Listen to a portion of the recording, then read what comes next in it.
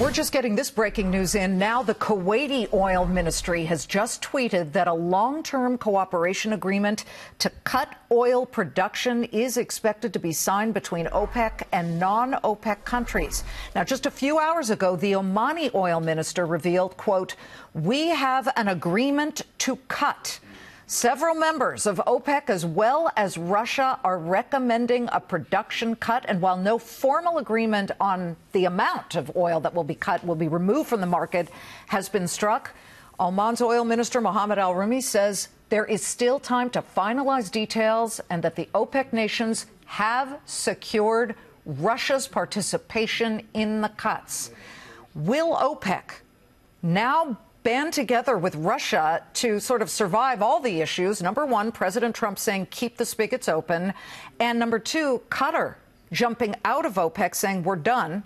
We don't like how this group think is going.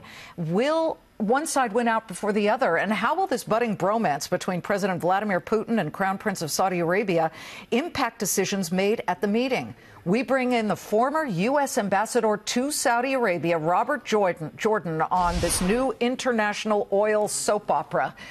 Good to see you, sir. Thank you for joining us. Your gut reaction to this, it sure looks like OPEC is linking with non-OPEC member Russia and saying, we're going to flout President Trump. We don't care what he wants. Well, they've coordinated production cuts in the past and also production increases. You may recall that President Trump asked them to increase production at the time the Iranian sanctions were being imposed, and they agreed to do that. But then, of course, President Trump turned around and granted waivers to 6 countries, which basically kept that supply out there and depressed the price. This had to have been aggravating to the Saudis and the Russians. So now we're starting to see demand soften. And I think they're protecting themselves. Certainly it's not what President Trump wanted, right. But I think this is mainly a defensive move on their part. You know how the Saudis think, having been the ambassador to Saudi Arabia. Do they see that granting of waivers as sort of a double cross? I think they may well see it that way.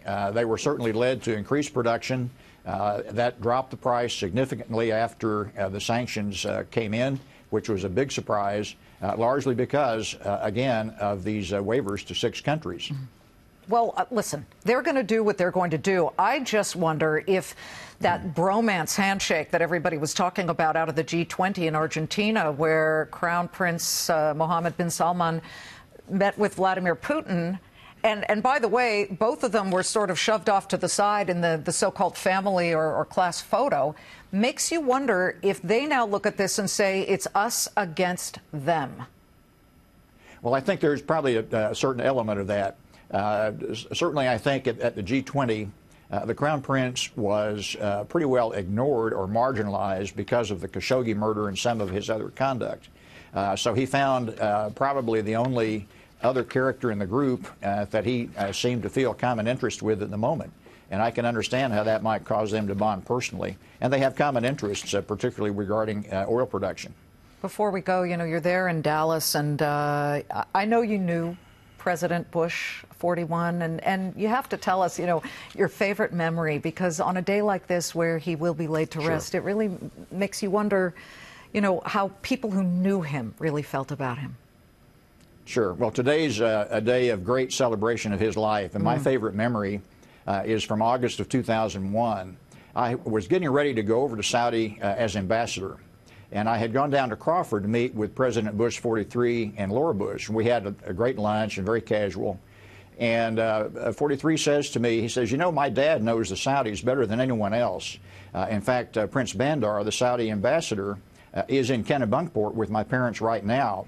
But Dad will be back on Monday. Go down to Houston and see him and see what he can tell you. So I went down to Houston. I had a great meeting with President Bush 41. He gave me lots of insights about the Saudis. And as I was thanking him and leaving, he says, Bob, come back. And he pulls out a note card, and he writes out a note for me to give to Prince Bandar. And the note, I finally looked at the note because he hadn't sealed it when I got in my car. I took that as permission to open it. And the note said, Dear Bandar, great being with you last week. Sorry the fish weren't biting. Please be nice to this guy or Barbara will get you.